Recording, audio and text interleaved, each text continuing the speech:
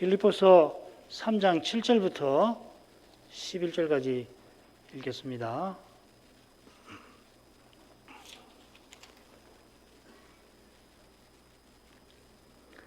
그러나 무엇이든지 내게 유익하던 것을 내가 그리스도를 위하여 다 해로 여길 뿐더러 또한 모든 것을 해로 여김은 내 주 그리스도 예수를 아는 지식이 가장 고상함을 인함이라. 내가 그를 위하여 모든 것을 잃어버리고 배설물로 여김은 그리스도를 얻고 그 안에서 발견되려 함이니 내가 가진 의는 율법에서 난 것이 아니요 오직 그리스도를 믿음으로 말미암은 것이니 곧 믿음으로 하나님께로서 난 의라. 내가 그리스도와 그 부활의 권능과 그 고난의 참여함을 알려하여 그의 죽으심을 본받아 어찌하든지 죽은 자 가운데서 부활에 이르려 하느니. 바울 사도는 이 빌립보서 3장에서 빌립보 교회를 공격하는 거짓 선생의 문제를 급히 다룹니다.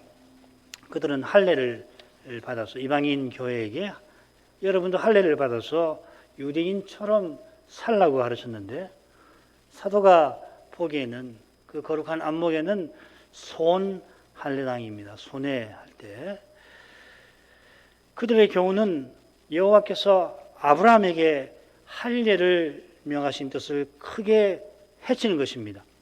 아브라함에게 할례를 행하라 하실 때에 아브라함의 피부치만 아니라 이스마엘만 아니라 또 친척만 아니라 아브라함의 종들도 심지어 이방인에게 산 종들도 할례 받게 하셨습니다.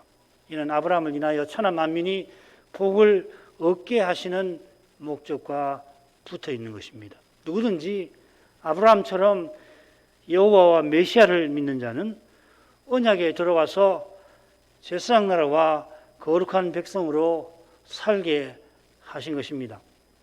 그런데 손할례당은 이방인도 메시아가 오신 이후인데도 고작 유대인처럼 살게 만듭니다.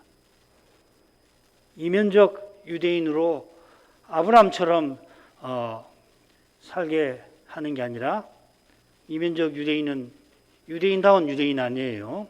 이 아브라함의 신앙을 가진 유대인. 그저 아브라함의 혈통을 자랑하는 표면적 유대인으로 살게 하는 것입니다. 그들이 그렇게 가르친 것은 대단한 것을 깨달아서라기보다는 그리스도의 십자가로 인하여 핍박을 받지 않고 육체를 자랑하려고 자기를 자랑하려고 했기 때문입니다. 그들은 갈라디아 교회가 성신으로 시작했다가 육체로 마치게 만들려 했습니다. 이건 그들이 하나님에게서 속히 떠나게 만들려는 것이었습니다. 그러한 위험이 빌립보 교회에 들이닥칠 수 있어서 사도가 급히 이 문제를 다루는 것입니다. 사도는 거짓 선생들이 육체를 신뢰하는 사실을 들어 그들이 할례를 전하는 것이 그리스도와 성신과는 상관없는 일임을 폭로하고 있습니다. 육체를 신뢰한다는 것은 이방인도 유대인처럼 살아야 하나님께 다가갈 수 있다 하는 것이죠. 그러나 사도가 누구보다 육체를 신뢰할 만했지만은 누구보다 하나님을 섬기려는 그 열심으로서 결국 그가 한 것은 그리스도와 교회를 핍박하는 것이었습니다.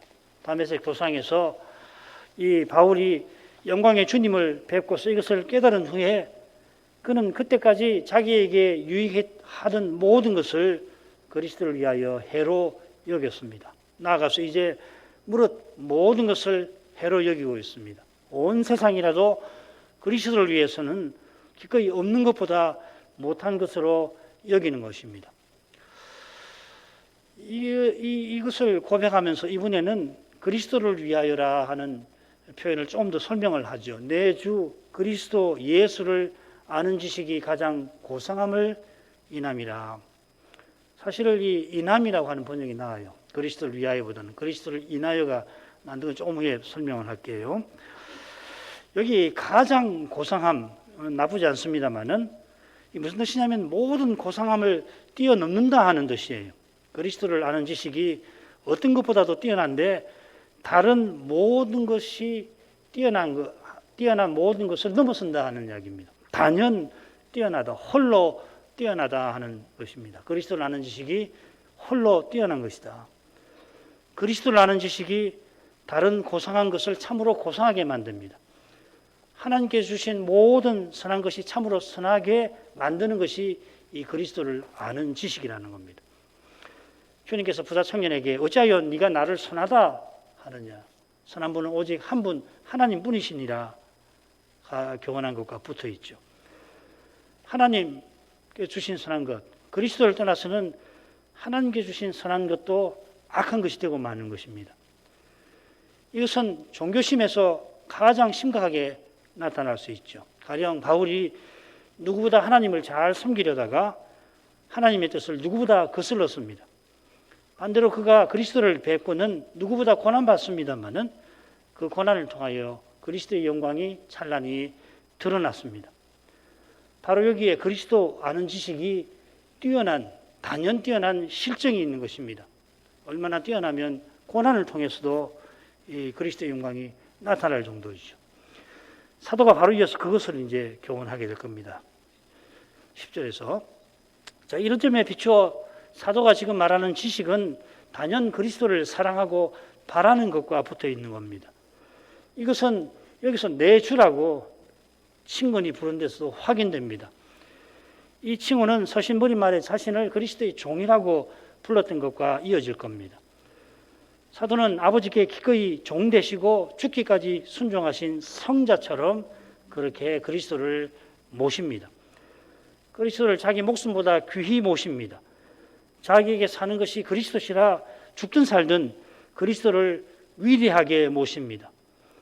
그래서 만일 택할 수만 있다면 주님이 택하라고 하신다면 세상을 떠나서 그리스도와 함께 있고자 합니다. 이만큼 그리스도를 사랑하는데 그만큼 그리스도를 바랍니다. 이런 인격적 사귐을 가리켜서 사도가 지식이라 부르는 겁니다.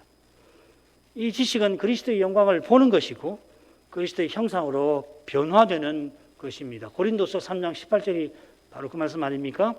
우리가 다 수건을 벗은 얼굴로 거울을 보는 것 같이 주의 영광을 보매 저와 같은 형상으로 화하여 영광에 이르니 곧 주의 영으로 말미암음이니라. 그리스도를 본받는 만큼 그리스도를 아는 지식은 그리스도와 교회를 향한 사랑으로 드러나는 것입니다. 이 사랑은 겸손히 섬기는 심정과 태도로 나타납니다. 두 번째 부분으로 가죠. 8절 하반절에서 9절 상반절까지 내가 그를 위하여 모든 것을 잃어버리고 배설물로 여김은 그리스도를 얻고 그 안에서 발견되려 함이니. 사도가 이미 7절, 8절 상반절에서 두 번 그리스도를 위해서 모든 것을 해로 여긴다 했죠. 그것이 부족하다고 여기고서는 다시금 내가 그를 위하여 모든 것을 잃어버리고 배설물로 여긴다고 고백합니다. 1절 처음에 원수를 삼가라고 경고의 말을 여러 번 쓰는 것이 자기에게는 수고로움이 없다고 했는데 그리스도를 위하여 모든 것을 해로 여긴다 하는 고백도 사도에게는 마찬가지입니다. 바울 서신을 읽으면은 그분이 그리스도를 얼마나 자주 언급하는지 금방 압니다. 그리스도, 주, 예수 또 뭐 그런 친구들 말이에요. 그의 모든 문장에 그리스도가 등장하시는 것 같은데 이건 그의 마음이 그리스도를 늘 모신 데 있는 겁니다. 그리스도를 위하여 모든 것을 해로 여긴다는 고백을 3번 하는 것인데 3번 원수들을 삼가라 한 것과 붙어 있을 것 같습니다. 원수들을 삼가는 길, 주의하는 길이 바로 자기처럼 그리스도를 위하여 모든 것을 해로 여기는 데 있습니다. 이것이 직분을 받드는 길이고 소명을 이루는 길입니다. 우리가 맞이하게 될 시대는 이런 믿음의 태도가 절실합니다. 달리는 이 시대를 이기지 못합니다. 이 시대 주님의 교회의 강단들에서 이러한 복음이 전파되게 해주시라고 우리는 날마다 기도해야 할 것입니다. 이 기도가 우리의 그 일이라고 할 만큼 중요합니다. 사도가 이번에는 모든 것을 잃어버렸고 모든 것을 배설물로 여기고 있다 이렇게 표현하고 있습니다. 7절에서는 내게 유익하던 것은 뭐든지 해로 여겼다 하고 8절에서는 모든 것을 그리스도를 위하여 해로 여기고 있다고 했는데 여기서는 그걸 합친 것이죠. 해로 여긴다는 표현을 듣고는 버리긴 좀 아깝지 않나 그런 느낌을 조금이라도 우리가 가질까 싶어서 배설물로 여긴다 덧붙인 게 아닐까 싶습니다. 이 배설물이 거리를 떠도는 개들이나 관심을 가지고 기웃기웃 하는 것이라 하는 의미도 사도가 풍기는 것 같아요. 자, 그렇다면은 이 거짓 선생들이 자랑하는 것이 뭔가 그 정체가 무엇인가를 이 배설물로 폭로하는 것이겠죠. 그리스도 외에는 무엇이든지 사라지거나 없어집니다. 사라지는 것이 우리에게 참으로 유익하게 되는 길이 오직 그리스도 안에 있습니다. 그런데 없어지는 것을 붙잡으려고 하는 것은 배설물을 뒤집어 쓰는 것만큼이나 어쩌면 그보다도 더 미련한 것입니다. 세상 영광 없어지는 것이거든요. 이런 건 붙잡으려고 해서는 안 되죠. 하나님께 주신 소명은 사라지는 것이죠. 이 소명도 우리에게 유익하려면 그리스도 안에서만 유익한 것입니다. 그러나 이 분명한 진리를 깨닫는 길은 오직 그리스도의 거룩한 빛을 보는 데서만 열리는 것입니다. 이어 사도는 자기가 그리스도를 위해서 모든 것을 해로 여기고 배설물로 여기고 있는 목적을 밝힙니다. 그 목적은 그리스도를 얻고 그리스도 안에서 발견되려 함입니다. 이것이 기독교 구원의 핵심입니다. 구원을 죄산 받는 것, 천국 가는 것, 영원한 생명을 누리는 것, 하나님 나라를 상속하는 것, 또 다른 여러 가지 아름답고 복스러운 것으로 표현할 수가 있습니다만은 이 모든 표현의 참된 의미가 바로 그리스도를 얻고 그분 안에서 발견되는 것. 요약하면 그리스도께 있습니다. 사도가 그리스도를 얻는다라고 표현을 한 건 앞선 교훈과 붙어 있습니다. 이 얻는다는 표현이 유익, 이익이라는 말의 동사 형태입니다. 전에 자기에게 유익하던 것을 하던 모든 것을 손해로 여긴 것이 그리스도를 위하여 이렇게 새겨 놓았는데 말씀드린 대로 그리스도를 인하여라고 했습니다. 이건 무슨 뜻이냐면 어떤 행동을 취하는 원인이나 근거를 가리킵니다. 요즘 우리가 흔히 쓰는 표현으로 하자면 그리스도 때문에 내가 모든 것을 해로 여긴다 이렇게 표현할 만합니다. 이 때문이라는 말을 너무 많이 써서 사실 저에게는 조금 주저돼서 안 쓰는데요. 왜냐하면 이 때문이라는 말은 안 좋을 때 너 때문에 이런 일이 생겼어. 이럴 때 쓰니까요. 모든 것을 배설물로 여기는 까닭이 그리스도를 아는 지식이 단연 뛰어남에 있다 했습니다. 이 지식의 정체가 바로 그리스도를 얻고 그리스도 안에서 발견되는 것입니다. 그리스도를 얻는다는 것은 오직 그리스도를 전부로 여기는 것입니다. 하나님께서 우리를 위하여 독생자를 아끼지 않고 내어주신 것은 우리가 아들과 함께 모든 것을 얻게 하심이라 로마서 8장 32절에서 교훈합니다. 아들과 함께 모든 것을 은혜로 주신다 했는데 그 이유가 뭐냐면 자기 전부인 아들을 우리에게 내어주신 데에 있는 겁니다.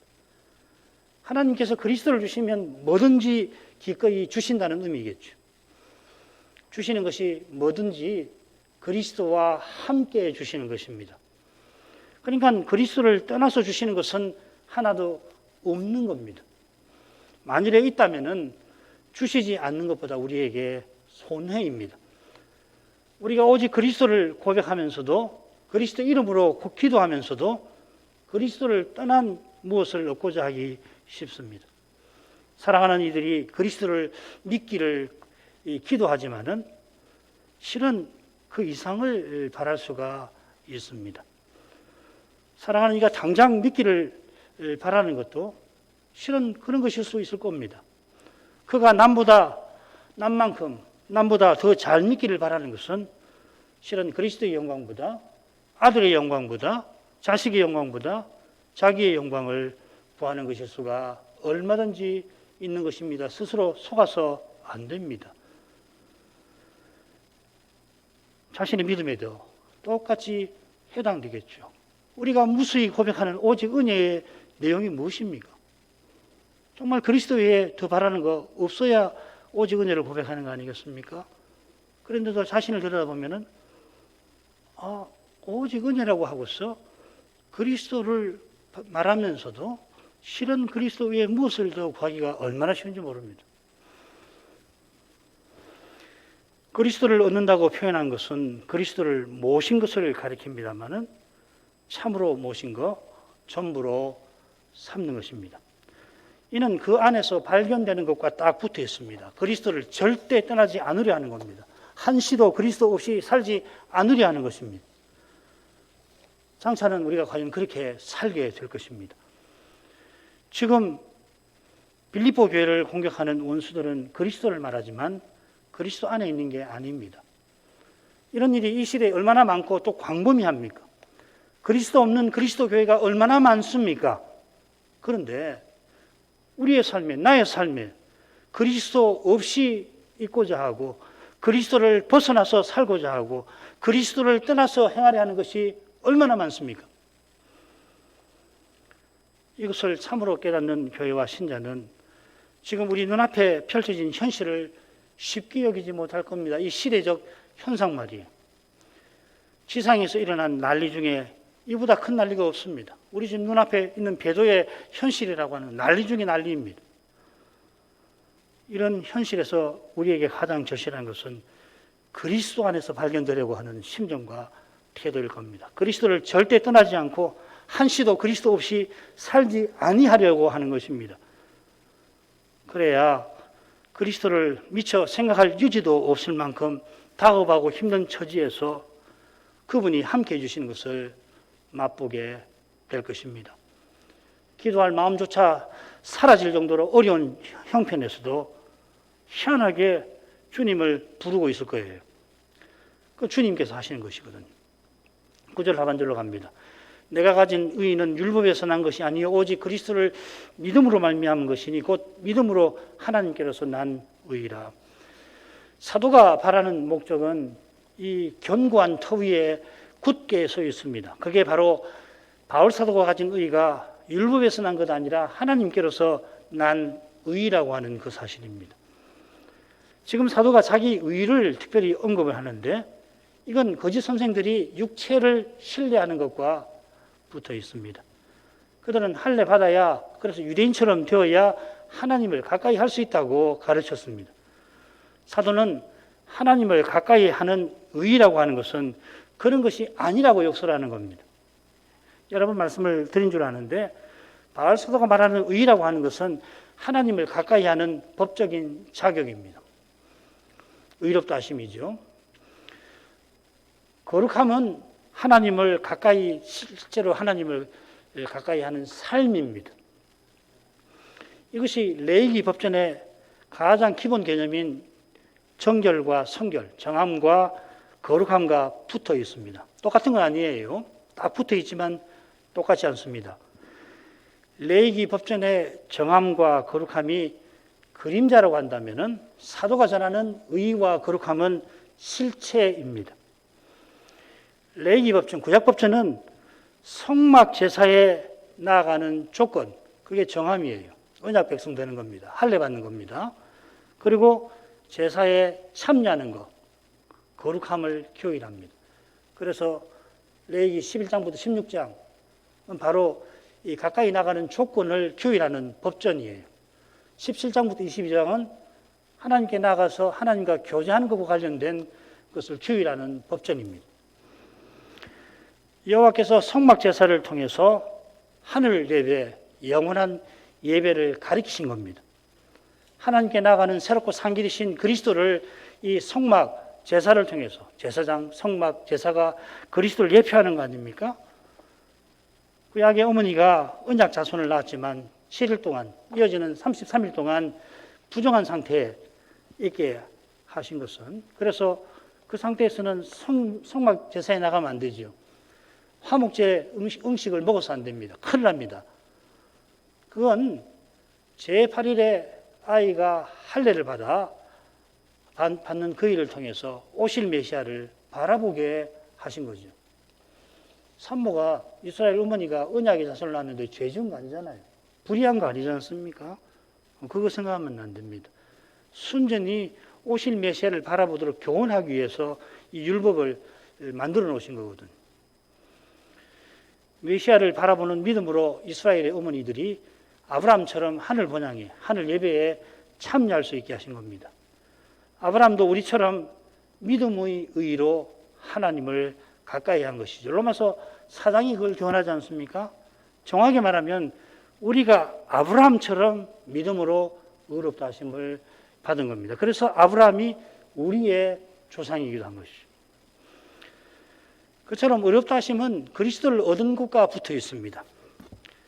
이것이 내 의는 그리스도를 믿음으로 말미암은 것이다. 믿음으로 하나님께로서 난 의라고 하는 겁니다.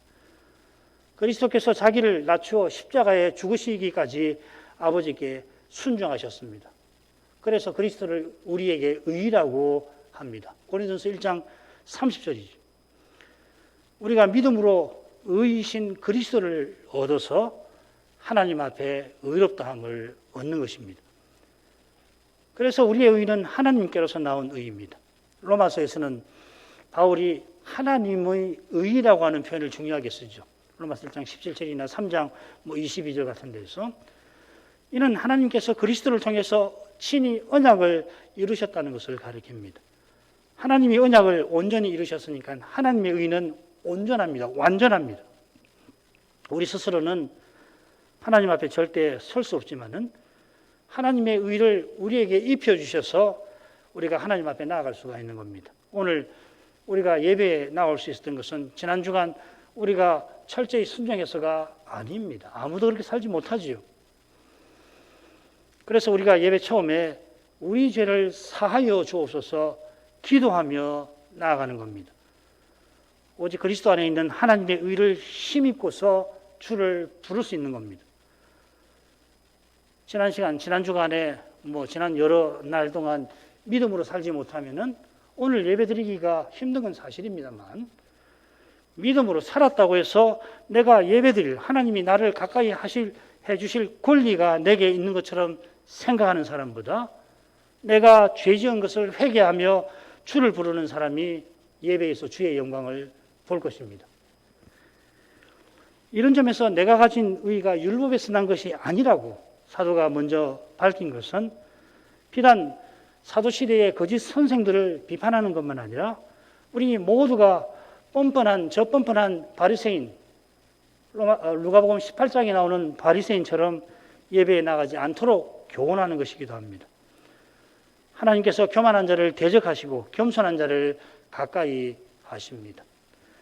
겸손한 자는 통회하는 마음을 품습니다. 이사야 55장 그 유명한 말씀이죠. 지존무성하신 하나님께서 통회하고 마음이 겸손한 자와 함께 거하신다. 지극히 높이 계신 하나님이 스스로 낮아지셔서 겸손한 사람과 가까이 하신다. 함께 거하신다 했습니다. 하나님이 구하시는 제사는 상한 심령입니다. 죄 지을 때만 하는 이야기가 아닙니다. 이것은 무슨 대단한 죄를 지었을 때만 하나님이 구하시는 제사는 상한 심령이지가 아닙니다. 참된 믿음은 예배 드릴 때마다 하나님 앞에 나올 때마다 이런 마음을 품는 것이에요. 감사할 일이 차고 넘치는 것에도 우리 영혼 깊은 곳에 이런 통회하는 심령이 자리 잡고 있어야 하는 것입니다. 주님께서 애통하는 자는 복이 있음이라 하신 것처럼 지금 여기서는 우리가 울지 않을 수 없습니다. 그야말로 애통하지 않을 수 없습니다. 날마다 그렇습니다. 날마다 죄와 죽음의 현실이 우리 앞에 턱하니 자리 잡고 있으니 그 현실을 믿음으로 정직하게 마주하는 이마다 애통하게 될 것입니다. 그런 심령으로 주의 앞에 나가는 이가 장차 영원한 기쁨에 이를 것이고 그리고 지금 하늘의 기쁨을 맛보는 것입니다. 애통하는 자는 복이 있나니 하나님께서 위로하시는 것입니다. 그러나 거짓 선생들처럼 육체를 신뢰하는 이는 이미 받을 것 다 누린 탓에 장차 받을 것이 없습니다. 마태복음 6장에 주님의 그 신랄한 풍자가 그것이죠. 그 풍자의 내용이 뭡니까? 게다가 지금 그들이 누린 것은 참된 기쁨 아니지요. 없어질 쾌락입니다. 자기의 일을 달아가는 것만큼 미련한 짓이 없습니다. 이런 점에서도 오직 믿음으로 의롭다 하시는 이 교리는 바울 사도의 교훈 중에 교훈입니다.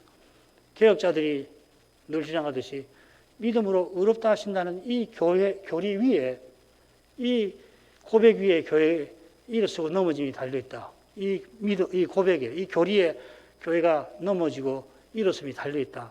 그렇게 이야기할 만한 것입니다. 이 교리는 오직 믿음으로 의롭다 하신다는 이 교리는 참된 겸손에 이르는 길을 보여주는 것입니다. 하나님이 가까이 하는 사람으로 살아가는 길을 보여주는 것입니다. 10절, 11절로 가겠습니다. 내가 그리스도와 그 부활의 권능과 그 고난의 참여함을 알려하여 그의 죽으심을 본받아 어찌하든지 죽은 자 가운데서 부활에 이르려 하노니. 이 부분 처음 8절에 이 사도가 그리스도를 아는 지식이 단연 뛰어난 까닭에 모든 것을 해로 여긴다고 했죠. 이 그리스도를 아는 지식이 어떤 내용인지 이 부분에서 끝에서 밝히고 있습니다.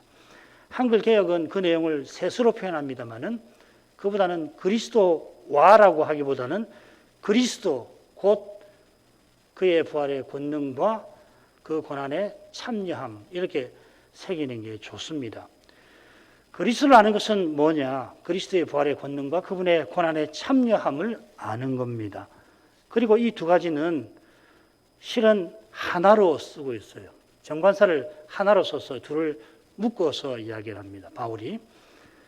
이건 뭘 말하냐면 바울이 알고자 하는 지식이 그리스도 그분에 관한 것임을 드러내고 아울러서 그리스도의 부활의 능력을 아는 것은 곧 그리스도의 고난에 참여하는 것을 아는 것이라고 사도가 교훈하는 것입니다.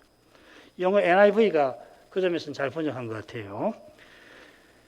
이는 부활과 고난의 순서가 뒤바뀐 데서도 암시가 되어 있죠. 순서는 고난, 부활해야 되잖아요. 그런데 사도가 뒤집어 놨습니다. 왜냐하면 그분의 부활의 능력을 말하려고 했기 때문에. 그래서 그처럼 그분의 고난에 참여함을 알려고 하기 때문에 순서를 뒤집어도 상관없습니다.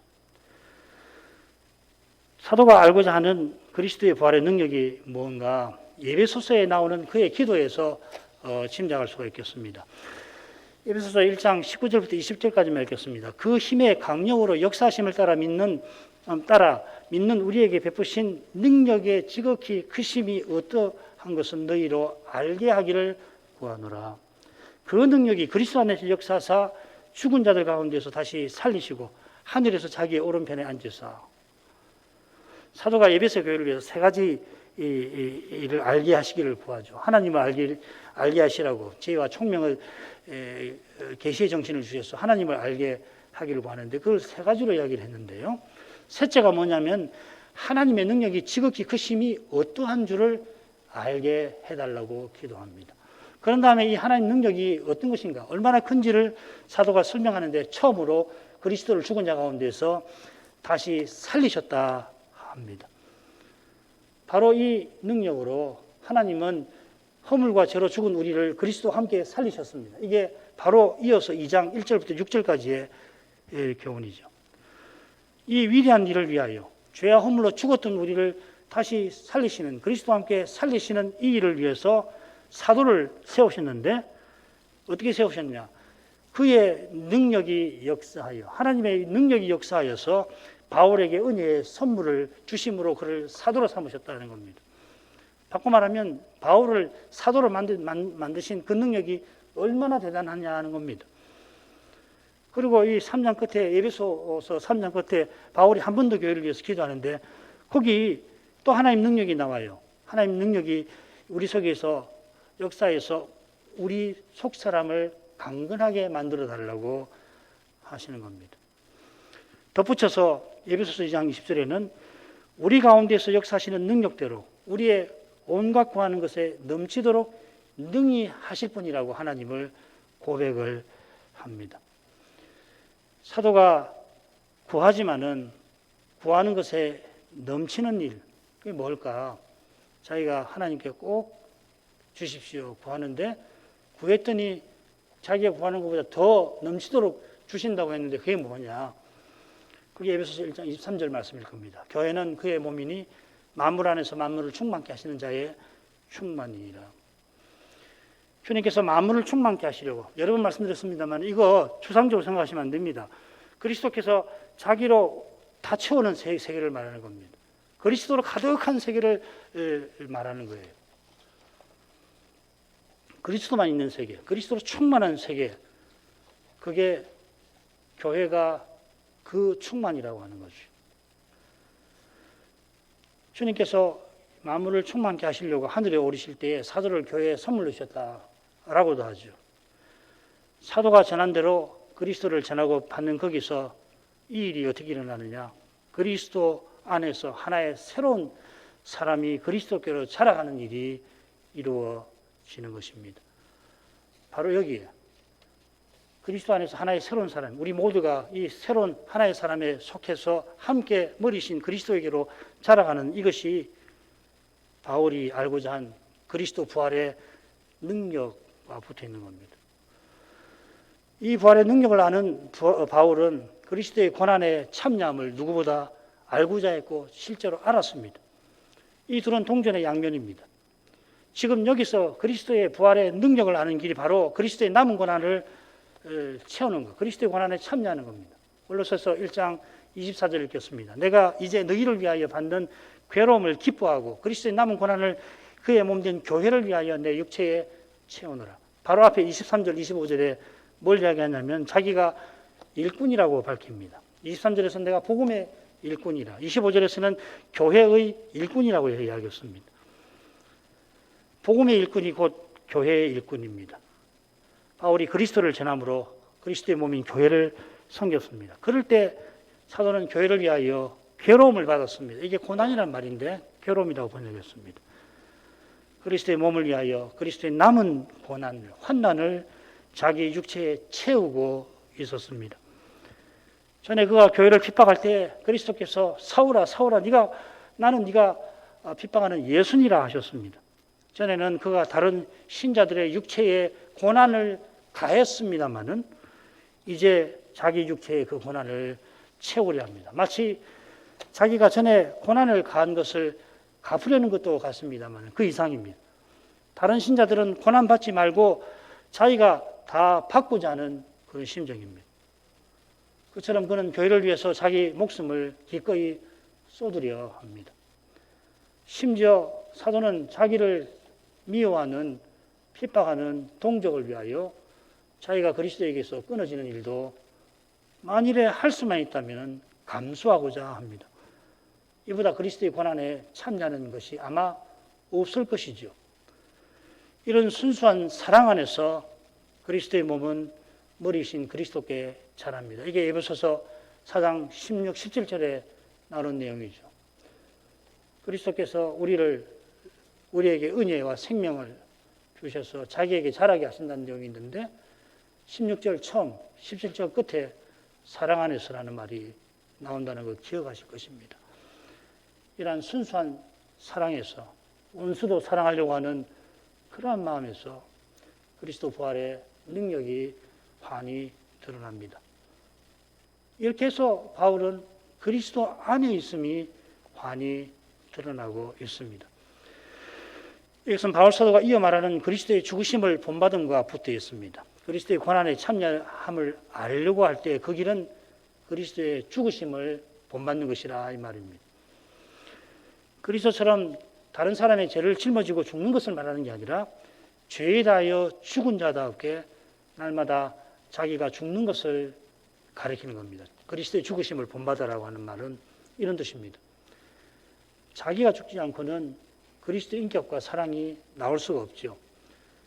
그리스도를 믿을 때 옛사람이 과연 틀림없이 죽어버렸지만은 그래서 죄에 대하여 죽었지만은 여전히 죄에게 포로가 되어서 미워하는 것을 하고야 마는 것처럼 이런 자기를 날마다 부인해야만 그리스도의 남은 고난을 자기 육체에 채울 수가 있게 됩니다.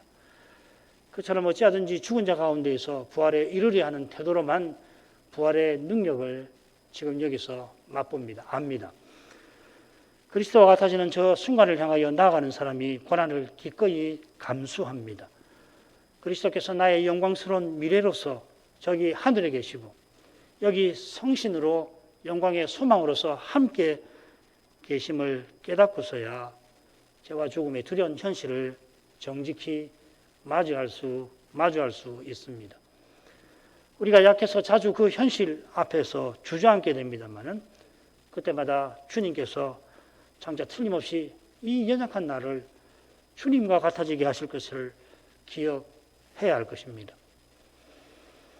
하나님 말씀은 바로 이 빛을 우리에게 항상 비춥니다. 들은 말씀으로 하나님을 바라보는 이, 기도하는 이는 소망을 언제든지 잃지 않을 것입니다. 기도하겠습니다. 거룩하신 아버지, 사도가 그리스도 아는 지식이 가장 고상함을 인하여 그 지식이 단연 탁월함을 뛰어남을 인하여 모든 것을 잃어버리고 모든 것을 심지어 배설물로 여긴다는 그러한 심정과 태도가 이 시대를 살아가는 교회와 신자에게 특별히 절실함을 깨닫게 됩니다. 어느 시대든지 어디서든지 이 순전한 믿음이 있어 주님의 교회가 거룩한 교회로 서 나왔고 주님의 사명을 받들고 나오게 하신 줄 압니다. 사도가 그리스도를 알되 그분의 부활의 권능과 그분의 고난에 참여함을 알려고 힘쓴 것처럼 그리스도의 남은 고난을 자기 육체에 채우려는 이 사도의 숭고한 심정을 본받는 거기서 아버지께서 기뻐하시는 그 뜻이 이루어져 갈 줄 믿습니다. 그리스도와 같은 부활에 이르는 길이 날마다 자기를 부인하는 데서 출발한다는 것을 잊지 않게 하옵소서. 날마다 이렇게 하루가 출발되어야 오를 것이고 매 순간 자기를 부인하는 것이 출발이 되어야 할 것입니다. 그래야만 내게서 그리스도의 영광이 드러날 줄 믿습니다. 이 복된 일을 더욱 사모하게 하소서. 예수님 이름으로 기도합니다. 아멘.